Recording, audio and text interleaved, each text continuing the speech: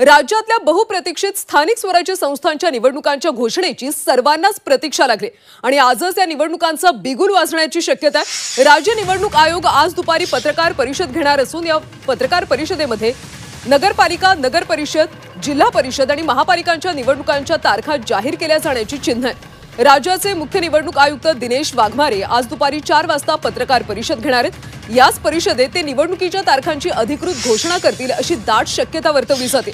सर्वोच्च न्यायालयाने स्पष्ट निर्देश दिलेत की मुदत संपलेल्या सर्व स्थानिक स्वराज्य संस्थांच्या निवडणुका 31 जानेवारी 2026 पूर्वी पूर्ण करणं बंधनकारक आहे। या पार्श्वभूमीवर राज्य निवडणूक आयोगावर आता वेळेचं बंधन आलं असून निवडणुकीच्या तारखांची घोषणा होण्याची शक्यता आज सर्वाधिक आहे।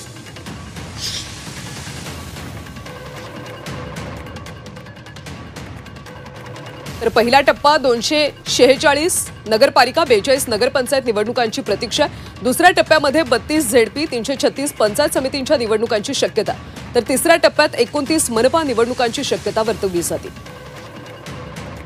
डिसेंबरमध्ये झेडपी, जानेवारीमध्ये मनपा निवडणुका होतील अशी शक्यता आहे। आजच्या पत्रकार परिषदेत मतदार यादी घोळावर सुद्धा निवडणूक आयोग बोलेल अशी शक्यता आहे।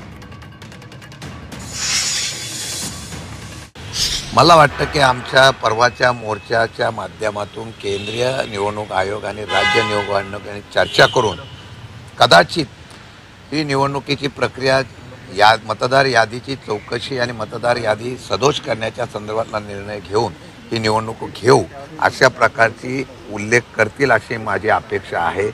तशी जर झाली नाही तर मग ही असलेले निवडणूक आयोग हे सरकारचा बाहुला आहे। आम्ही वारंवार सांगतोय की केंद्र सरकार, राज्य सरकारच्या आणि सत्तारूढ पक्षाच्या माध्यमातून या निवडणुका आता लोकशाहीच्या मदतीने नाही तर आपण कशा प्रकारे जिंकू शकतो अशा प्रकारची स्ट्रॅटेजी करून ह्या निवडणुका घेतल्या जातात असा आमचा आरोप आहे। यावर शिक्कामोर्तब होईल।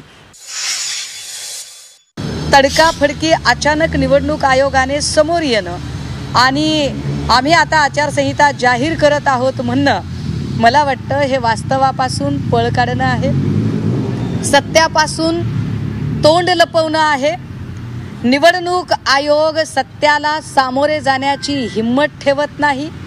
निवडणूक आयोगाकडे या आम्ही उपस्थित केलेल्या म्हणजे काँग्रेसचे नेते सन्मान्य राहुलजींनी उपस्थित केलेले प्रश्न, आमचे नेते सन्मान्य आदित्यजींनी उपस्थित केलेले प्रश्न किंवा मनसे प्रमुखांनी दाखवलेले गाडीभर पुरावे याच्यावर एका चकार शब्दाने बोलू इच्छित नाही। याचे दोनच अर्थ होऊ शकतात।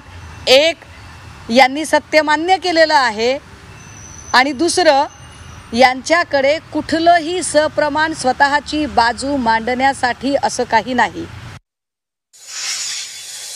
2017ला जिल्हा परिषदच्या फेब्रुवारी महिन्यामध्ये पंचायत समित्यांनी जिल्हा परिषदच्या निवडणुका झालेल्या आहेत आणि त्याची मुदत 2022च्या फेब्रुवारीमध्ये संपले। 2023, 24, 25 आणि आता 2 महिन्यानंतर परत फेब्रुवारी येतोय 26चा, म्हणजे 4 वर्ष झाली स्थानिक स्वराज्य संस्थांमध्ये लोकप्रतिनिधी नाहीत। महानगरपालिकेची तीच परिस्थिती आहे, नगर परिषदा, नगरपालिकांची ती परिस्थिती आहे।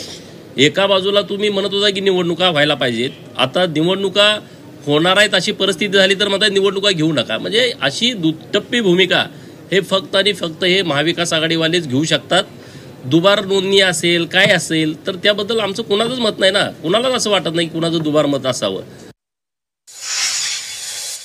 या भूमिकेवर ठाम आहे आम्ही।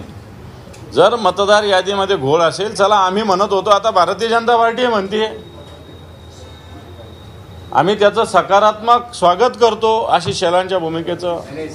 त्यामुळे तेही म्हणतात तर मतदार यादी सुरळीत व्हावी। जर निवडणूक आयोगाने आज निवडणुका घोषित केल्या तर तुमची भूमिका काय असेल? मला असं वाटतं याच्याविषयी निश्चित सर्व नेतृत्व एकत्र बसून निर्णय घेईल, पण सदोष मतदार यादीवर निवडणुका लढणं किंवा घेणं दोन्ही गोष्ट चुकीचं आहे।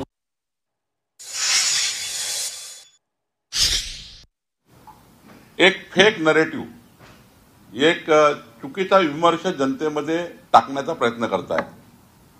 महाविकास आघाडीचे नेते हतबल आणि पराभवाच्या मानसिकतेमध्ये ऑलरेडी आलेले आहेत। त्यांनी हे सर्वेक्षण केलं आहे महाराष्ट्राचं, त्यांनी आपल्या एजन्सी मार्फत सर्वेक्षण केलं आहे, त्यांना हे माहिती आहे की 51%च्या वर मतं घेऊन महायुती जिंकणार आहे. मुंबई महानगरपालिका असेल, पुणे असेल, सारं जिंकणार आहे. आणि ते काय सांगतात आहे की यादी ही चुकलेली आहे. माझ्यासमोर हा प्रश्न आहे की ज्या यादीवर लोकसभा निवडणुका झाल्या, ज्या मतदार यादीवर महाविकास आघाडीने 31 सीट जिंकल्या लोकसभेच्या, तीच मतदार यादी विधानसभेला होती, तीच मतदार यादी नगरपालिका महानगरपालिकेला असणार आहे. काही नवीन तर यादी तयार केली नाहीये.